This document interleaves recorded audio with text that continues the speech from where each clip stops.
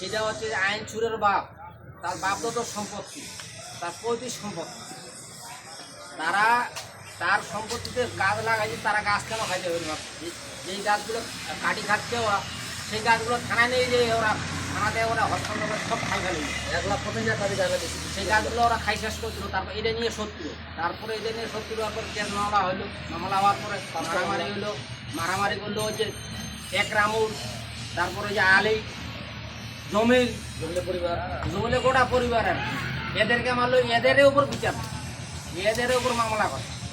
এটা নিয়ে সবাই আমরা গ্রামবাসী সবাই আমরা বিষয়টা দেখছি যে এটা গোটা এটা বানানো, এটা গোটা এটা অন্যায়, এটা আমরা দেখেছি। দেখার পরে বিষয়টা নিয়ে আমরা এখন আমার ছোটো ভাইটাকে মারলো, পাড়া প্রতিবাসী ভাই আমার ছোটো ভাইটাকে মারলো, মারার পরে আমার চাচিকে মারলো, আমার চাচাকে মারলো, তার ভাইকে মারলো, তার মাকে মারলো, সবাইকে মারে শেষ করে দিয়ে। সে সামুরেল, এক সামুর দেখলে আপনাদের মাথায় খারাপ।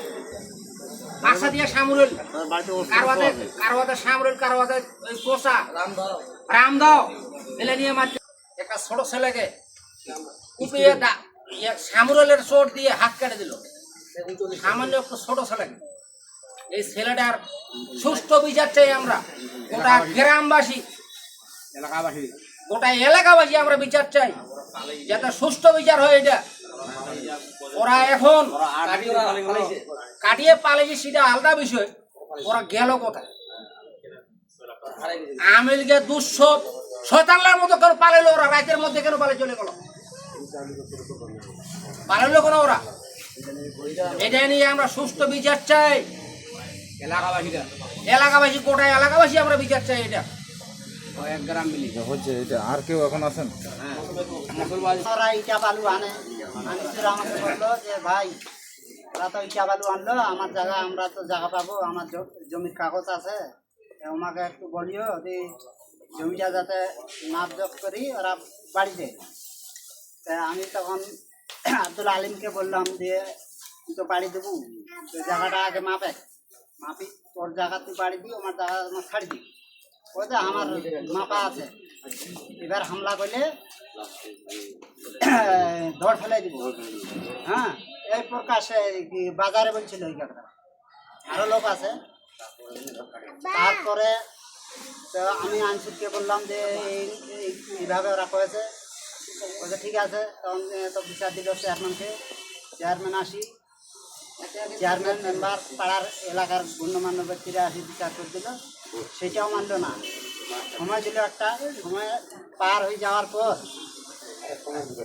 প্রায় 20-25 দিন পর তখন আনিসুর জায়গা ঘিরে নিল, তখন কোনো বাধা দিল না।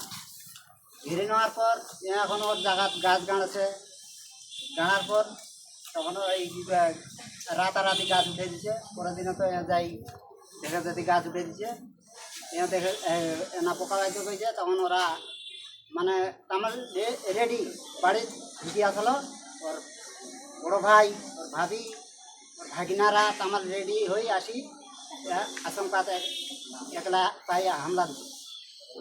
হ্যাঁ, ছোটাছুটি। আব্দুল আলিম হাসুয়া নিয়ে আসি, আনসুরের ছেলেকে চোট মাইছে। আর একরামের ছেলে, ওরা আনসুরকে ডিগিতে ধাক্কায় ফেলে দিয়ে উঠে ডুবেই ওইতে উঠেই তারপরে ডাঙ্গার দিঘির পাহাড়তে খুব মারা ডাঙ্গা করে এবং আনসুরের মাথা ফাটি যায়। তখন তো গ্রামবাসী দেখা পাই, তখন আটক করি, উদ্ধার করি আনি হসপিটালে পাঠাই। তারপর রংপুরে, তারপর আনসুর শুক্রবারে বিচার দিল, জুম্মার বিচার দিল। জুম্মার যত লোক আছে এলাকায়, এই 3-4 গ্রামের লোক জড়ো হই, তখন মানে ওর বাড়িটা ওরা তো ভাঙিয়ে দিচ্ছে আগে, তখন মানে যে জায়গা সেই জায়গাতে গ্রামবাসীরা ঘেরা দিল। এই আর কি। ছেলেটাকে যে কাটলো, এই ছেলেটার বিচার চাই এবং লিগেল যেটা এই আমার সম্পত্তি, লিগেল জমি চাই। তারপরে আমার একটা বিচার চাই, ওরা এই কেমন অত্যাচার কেন করছে এলাকার, তার একটা